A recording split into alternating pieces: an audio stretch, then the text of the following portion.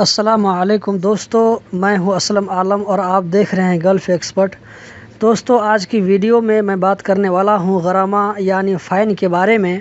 اس کے بارے میں آپ میں سے بہت سارے دوستوں کی طرف سے سوال آیا ہے کہ میرا اقامہ خلاص ہے، فائن چل رہا ہے، اس کو کون پے کرے گا؟ ہم پے کریں گے یا کمپنی والے؟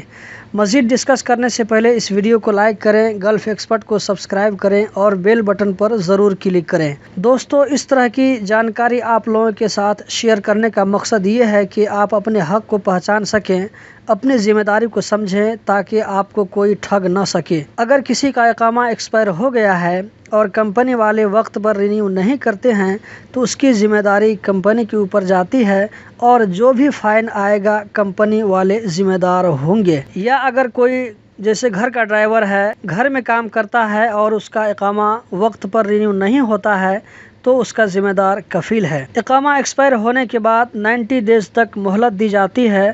اگر اس 90 ڈیز کے اندر بھی رینیو نہ کیا جائے تو کمپنی یا کفیل ذمہ دار ہوں گے، کیونکہ ہر کمپنی کو مندوب دیا جاتا ہے اور مندوب کا کام ہی یہی ہے کہ وہ کمپنی کے ورکروں کے معاملات کو دیکھے، ان کا اقامہ رینیو کرے۔ پاسپورٹ ایکسپائر ہو گیا ہے تو اس کو رینیو کرے، یا کمپنی کا کوئی پیپر ایکسپائر ہو گیا ہے تو اس کو دیکھے، اس کو رینیو کرے۔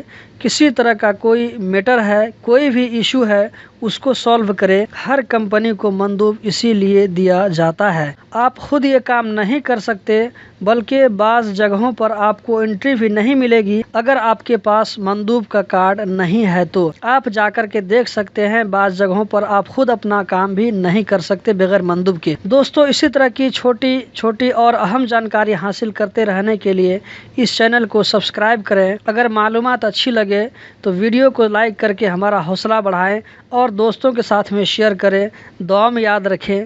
آپ لوگوں کے قیمتی وقت کا بہت بہت شکریہ۔